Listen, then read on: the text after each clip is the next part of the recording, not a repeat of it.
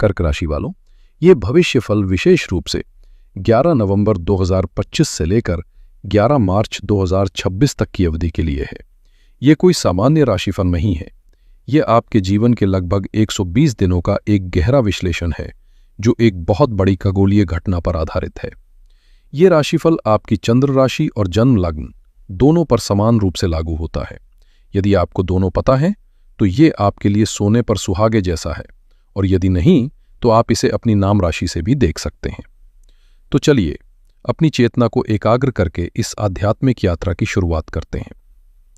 कर्क राशि वालों, 11 नवंबर 2025 से 11 मार्च 2026 तक देवगुरु बृहस्पति यानी जुपिटर आपके जीवन के सबसे महत्वपूर्ण ग्रह हैं।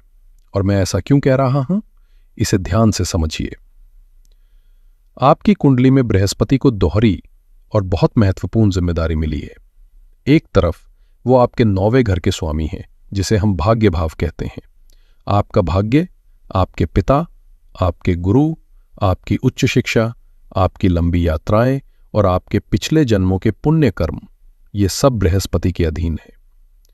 जब बृहस्पति शुभ होते हैं तो आपको बिना मांगे ही भाग्य का साथ मिलता है। लेकिन सिक्के का दूसरा पहलू भी है। यही बृहस्पति आपके छठे घर के भी स्वामी हैं। छठा घर होता है रोग, ऋण, शत्रु, मुकदमेबाजी और जीवन के दिन प्रतिदिन के संघर्षों का। जब बृहस्पति अशुभ होते हैं तो यही सब समस्याएं जीवन में सिर उठाने लगती हैं। तो आप देख सकते हैं कि एक ही ग्रह आपके जीवन का भाग्य विधाता भी है और आपको संघर्ष देने वाला भी। इसीलिए बृहस्पति का हर छोटा बड़ा बदलाव, उनकी हर चाल आपके जीवन पर बहुत गहरा असर डालती है। इस 120 दिन की अवधि की सबसे बड़ी खगोलीय घटना है गुरु का वक्री होना। अब ये वक्री क्या होता है?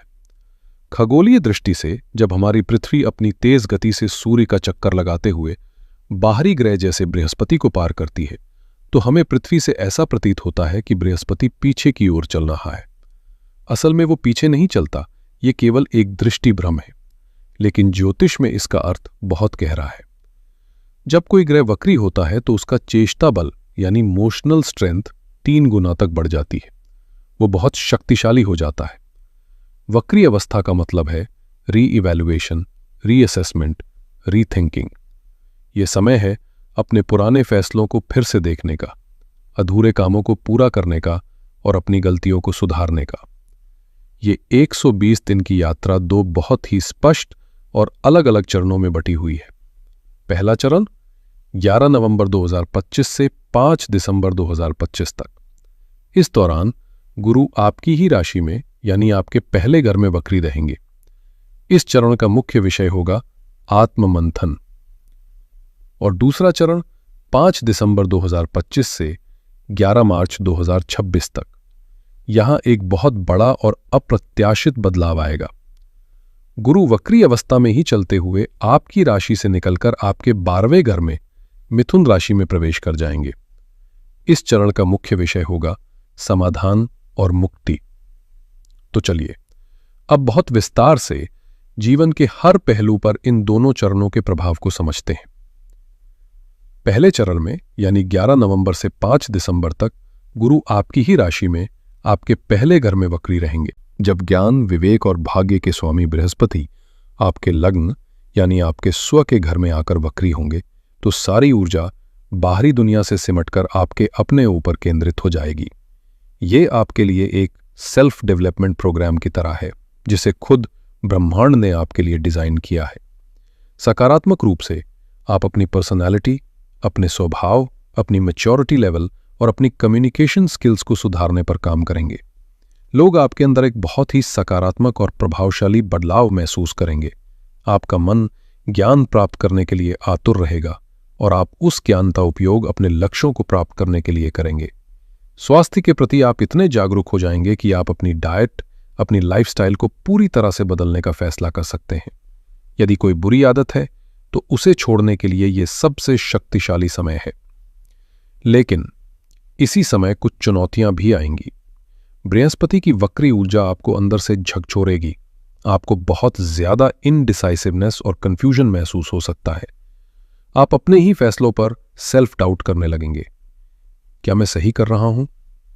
क्या ये करियर मेरे लिए ठीक है? क्या ये रिश्ता सही है? आपकी इमोशनल सेंसिटिविटी बहुत बढ़ जाएगी। छोटी छोटी बातें आपको गुस्सा दिला सकती हैं या दुखी कर सकती हैं। लोगों की बातें, यहां तक कि आपके अपनों की आलोचना भी आपको चुभ सकती है। यह सब इसलिए हो रहा है क्योंकि गुरु आपको रुककर, ठहर कर हर चीज को फिर से सोचने पर मजबूर कर रहे हैं। अब बात करते हैं दूसरे चरण की, जो 5 दिसंबर से 11 मार्च तक चलेगा। जैसे ही गुरु आपके 12वें घर में प्रवेश करेंगे, आपका फोकस बाहरी व्यक्तित्व से हटकर आपकी आंतरिक शांति पर चला जाएगा। 12वां घर आध्यात्मिकता, ध्यान और एकांत का होता है। सकारात्मक रूप से आपकी रुचि योग, ध्यान, प्राणायाम और आध्यात्मिक साधना की ओर स्वाभाविक रूप से बढ़ेगी। आपको एकांत में रहना अच्छा लगने लगेगा और यही एकांत आपके अंदर चल रही उथन पुथन का समाधान बनेगा। आपकी इंट्यूशन, आपका सिक्स्थ सेंस इस दौरान बहुत ज्यादा जागृत हो जाएगा। आपको घटनाओं का पूर्वाभास हो सकता है। मेरी सलाह है कि इस दौरान अपने मन की आवाज को, अपनी गट फीलिंग को कभी नजरअंदाज ना करें। स्वास्थ्य की दृष्टि से गुरु यहां से आपके 6ठे घर को देखेंगे, जो रोग का घर है। यह दृष्टि किसी भी पुरानी या लंबी बीमारी से राहत और मुक्ति दिलाने का काम करेगी। हालांकि शारीरिक ऊर्जा में थोड़ी कमी महसूस हो सकती है। आप कोई भी काम शुरू करने से पहले तो ऊर्जावान महसूस करेंगे, लेकिन जल्दी ही थक सकते हैं। आपको अपने लीवर और पाचन तंत्र का विशेष ध्यान रखना होगा। अब आते हैं करियर और प्रोफेशन पर। पहले चरण में यानी 11 नवंबर से 5 दिसंबर तक गुरु आपके लग्न में बैठकर अपनी 7वीं दिव्य दृष्टि से आपके 7वें घर को देखेंगे, जो बिजनेस और पार्टनरशिप का घर है। बिजनेस ओनर्स के लिए यह समय व्यापार के विस्तार के लिए, नई योजनाओं को लागू करने के लिए और नए बिजनेस पार्टनरशिप्स में प्रवेश करने के लिए अत्यंत शुभ है। आपके व्यापार में स्थिरता और शांति आएगी। रुके हुए डील्स फाइनल हो सकते हैं। जो लोग नौकरी में हैं, उन्हें थोड़ा भ्रम महसूस हो सकता है। आपको लग सकता है कि आपके सीनियर्स आपको झूठे वादे कर रहे हैं या आपको आपकी मेहनत का फल नहीं मिल रहा है। यह समय नौकरी बदलने के लिए आवेग में निर्णय लेने का नहीं, बल्कि अपनी स्किल्स को री-इवैल्यूएट करने का है। दूसरा चरण 5 दिसंबर से 11 मार्च तक आपके करियर के लिए एक क्रांतिकारी और समाधान देने वाला समय साबित हो सकता है। गुरु 12वें घर से आपके 6ठे घर को देखेंगे। 6ठा घर नौकरी, सहकर्मी और कार्यक्षेत्र की बाधाओं का होता है। ये दृष्टि आपको आपके कार्यक्षेत्र में शत्रुओं पर विजय दिलाएगी। अगर कोई आपके खिलाफ राजनीति कर रहा था तो वो खुद ही शांत हो जाएगा। अगर आप किसी नौकरी में फंसा हुआ या घुटन महसूस कर रहे थे, तो ये गोचर आपको वहां से निकलकर एक बेहतर अवसर की ओर जाने का साहस और रास्ता दोनों दिखाएगा। 12वां घर विदेश का होता है। गुरु का यहां बैठना उन लोगों के लिए वरदान है जो विदेश जाकर काम करना चाहते हैं, वहां बसना चाहते हैं या जिनका काम विदेशी क्लाइंट्स से जुड़ा है। विदेश यात्रा से जुड़ी सारी बाधाएं इस दौरान दूर होंगी। अब बात करते हैं धन, संपत्ति और वाणी की। पहला चरण 11 नवंबर से 5 दिसंबर तक भविष्य के लिए एक मजबूत वित्तीय नींव रखने की योजना बनाने का है। आप अपने खर्चों और निवेशों का पुनर्मूल्यांकन करेंगे। बृहस्पति की लग्न में स्थिति आपको फिजूल खर्ची से रोकेगी और बचत के लिए प्रेरित करेगी। दूसरा चरण 5 दिसंबर से 11 मार्च तक आपके फाइनेंस और संपत्ति के मामलों के लिए सबसे महत्वपूर्ण और फलदायी है। अगर आप बढ़ते हुए कर्ज, हाई EMI पेमेंट्स या किसी को दिए हुए अटके पैसे से परेशान थे, तो ये अवधि आपके लिए समाधान लेकर आएगी। गुरु की सीधी दृष्टि आपके 6ठे घर यानी कर्ज के घर पर पड़ रही है। ये योग आपको कर्ज चुकाने के नए रास्ते सुझाएगा। आप बेहतर फाइनेंशियल सिस्टम्स बनाएंगे और अपने ऋणों को समाप्त करने के लिए बड़े और ठोस निर्णय लेंगे। गुरु की 5वीं दृष्टि आपके 4थे घर पर पड़ेगी, जो भूमि, भवन, वाहन और सुख का घर है। यह दृष्टि संपत्ति से जुड़े लंबे समय से रुके हुए मामलों को हल करेगी। अगर आप प्रॉपर्टी खरीद या बेच नहीं पा रहे थे, तो इस दौरान वो काम बन जाएगा। जो लोग अपने व्यापार को किराए की जगहों से चला रहे हैं, उन्हें अपनी स्थायी जगह, अपनी खुद की प्रॉपर्टी में जाने का अवसर मिल सकता है, जिससे आपके रेंटल कॉस्ट्स कम होंगे। पैतृक संपत्ति से भी लाभ के योग बन रहे हैं। प्रेम संबंध और वैवाहिक जीवन पर इसका क्या असर होगा? पहला चरण 11 नवंबर से 5 दिसंबर तक रिश्तों में मधुरता और भाग्य का साथ लेकर आ रहा है। गुरु की लग्न से 5वीं और 7वीं दृष्टि सीधे आपके प्रेम और विवाह के भावों पर होगी। अगर आपके प्रेम संबंधों में कोई मिसअंडरस्टैंडिंग, कोई अलगाव या कोई रुकावट चल रही थी, तो ये अवधि सुलह और सकारात्मक बातचीत के अवसर लाएगी। रिश्तों में इंटीमेसी और समझ बढ़ेगी। विवाहित जीवन में चल रहे विवाद समाप्त होंगे और हार्मनी बढ़ेगी। ये समय विवाह के प्रस्तावों के फाइनल होने के लिए बहुत शुभ है। जो दंपत्ति संतान की योजना बना रहे हैं उनके लिए ये एक वेरी गुड टाइम है। ब्रह्मांडीय आशीर्वाद आपके साथ है। दूसरा चरण 5 दिसंबर से 11 मार्च तक रिश्तों में एक गहरी समझ और मुक्ति का है। 12वें घर का एक अर्थ मोक्ष या मुक्ति भी है। यदि आप किसी ऐसे रिश्ते में हैं जो गलत है, टॉक्सिक है, जो आपको भावनात्मक और आर्थिक रूप से केवल नुकसान पहुंचा रहा है, तो ये गोचर आपको उस रिश्ते से बाहर निकलने की शक्ति और स्पष्टता देगा। आप अपने आत्मसम्मान को प्राथमिकता देंगे। अब मैं विशेष रूप से अपनी उन कर्क राशि की माताओं और बहनों के लिए बात करना चाहता हूं जो घर की धुरी हैं, जो एक गृहिणी है। आपके लिए ये गोचर क्या विशेष परिणाम लेकर आ रहा है, आइए समझते हैं। पहला चरण 11 नवंबर से 5 दिसंबर तक आपके लिए घर में खुशियां और व्यक्तिगत आत्ममंथन दोनों लेकर आ रहा है। गुरु की आपके लग्न से 7वें घर पर दृष्टि आपके वैवाहिक जीवन में एक नई ऊर्जा और समझ लाएगी। यदि पति पत्नी के बीच कोई तनाव था तो वो दूर होगा। उनकी तरक्की से भी आपको खुशी मिलेगी। वहीं 5वें घर पर दृष्टि संतान पक्ष से कोई शुभ समाचार मिलने का प्रबल योग बना रही है। बच्चों की पढ़ाई, स्वास्थ्य या करियर को लेकर कोई चिंता थी तो वो इस दौरान समाप्त होगी। घर का माहौल बहुत ही सकारात्मक और आनंदमय रहेगा। लेकिन जैसा मैंने कहा, गुरु आपके लग्न में है, इसलिए आप अपने बारे में बहुत सोचेंगी। आपको महसूस हो सकता है कि मैं सबके लिए करती हूं, अपने लिए क्या। ये प्रताड़ता आइडेंटिटी क्राइसिस या इमोशनल सेंसिटिविटी दे सकता है। मेरी सलाह है कि इस समय को नकारात्मक ना लें, बल्कि सेल्फ केयर के लिए उपयोग करें। कोई पुरानी हॉबी जिसे आपने छोड़ दिया था उसे फिर से शुरू करें। अपनी सेहत पर ध्यान दें या कुछ नया सीखने का प्रयास करें। दूसरा चरण 5 दिसंबर से 11 मार्च तक आपके लिए घर की शांति और व्यक्तिगत स्वास्थ्य में सुधार का समय है। गुरु 12वें घर से आपके चौथे घर को देखेंगे। चौथा घर आपका घर, आपकी मानसिक शांति और सुख सुविधाओं का होता है। यह दृष्टि घर में शांति का वातावरण बनाएगी। इस दौरान घर में कोई नया वाहन, कोई इलेक्ट्रॉनिक आइटम या सुख सुविधा की वस्तु आने का योग बन रहा है।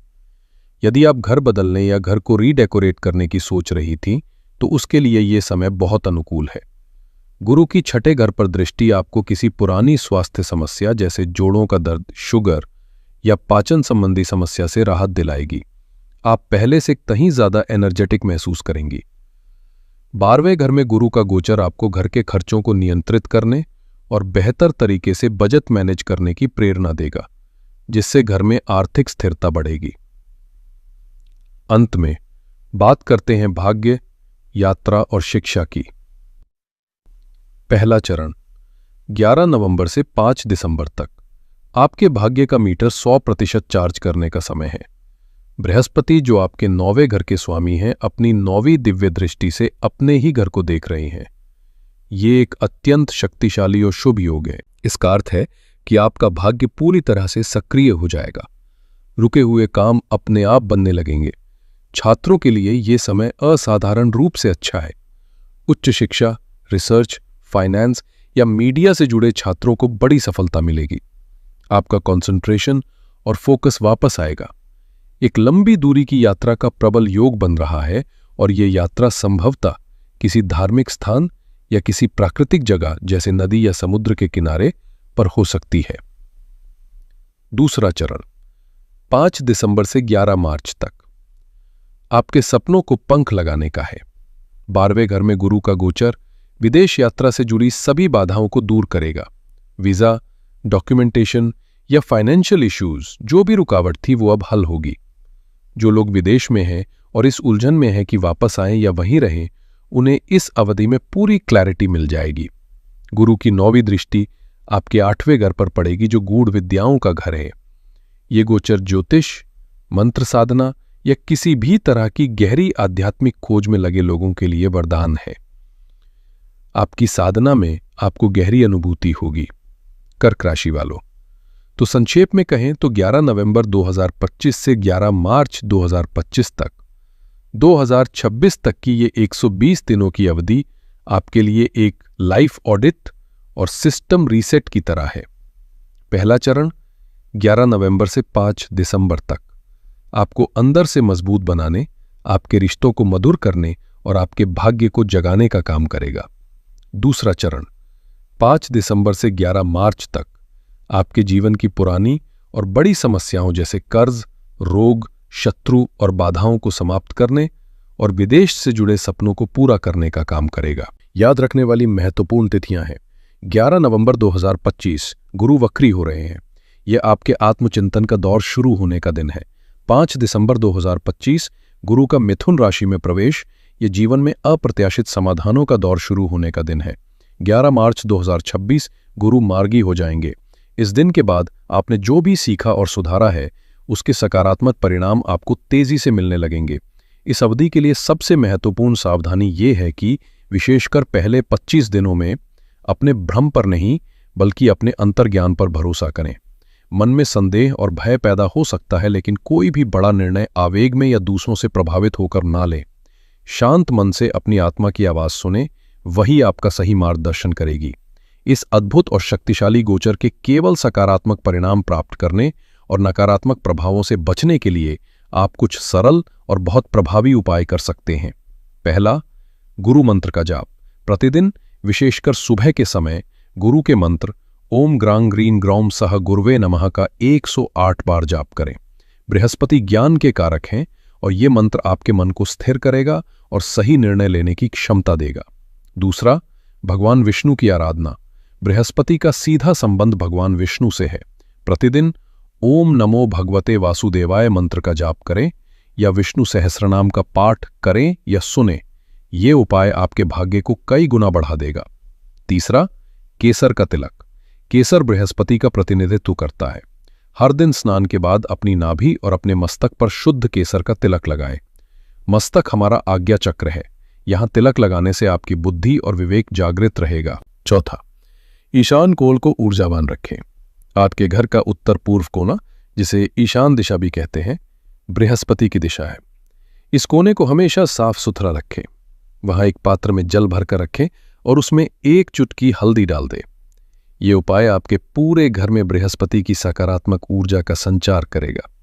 और पांचवा, सेवा और दान। सप्ताह में 1 बार गुरुवार के दिन किसी जरूरतमंद व्यक्ति की मदद करें, चाहे वो भोजन कराकर हो या शिक्षा में मदद करके। सेवा भाव बृहस्पति को अत्यंत पसंद करता है। कर्क राशि वालों, ये समय डरने या घबराने का बिल्कुल नहीं है। ये ब्रह्मांड का एक उपहार है, एक अवसर है कि आप अपनी जिंदगी की किताब के पुराने फटे हुए पन्नों को हटाकर नए सुनहरे अध्याय लिखने की तैयारी करें। ये गोचर आपको अपनी कमजोरियों को दूर करने, अपनी पुरानी समस्याओं को हमेशा के लिए समाप्त करने और एक नई, मजबूत, शांत और अधिक जागरूक शुरुआत करने की शक्ति देने आया है। इस डिवाइन पॉज को स्वीकार करें और अपने जीवन को बेहतर बनाने के लिए इसका उपयोग करें। मुझे पूरी उम्मीद है कि यह विस्तृत जानकारी आपके आने वाले समय के लिए एक प्रकाश स्तंभ का काम करेगी। अगर आपको ये वीडियो अच्छी लगी हो और आपको इससे मार्गदर्शन मिला हो तो इसे लाइक करें, अपने कर्क राशि के मित्रों और परिवार के सदस्यों के साथ इसे शेयर करें ताकि वो भी इसका लाभ उठा सकें, और इस चैनल को सब्सक्राइब करना ना भूलें।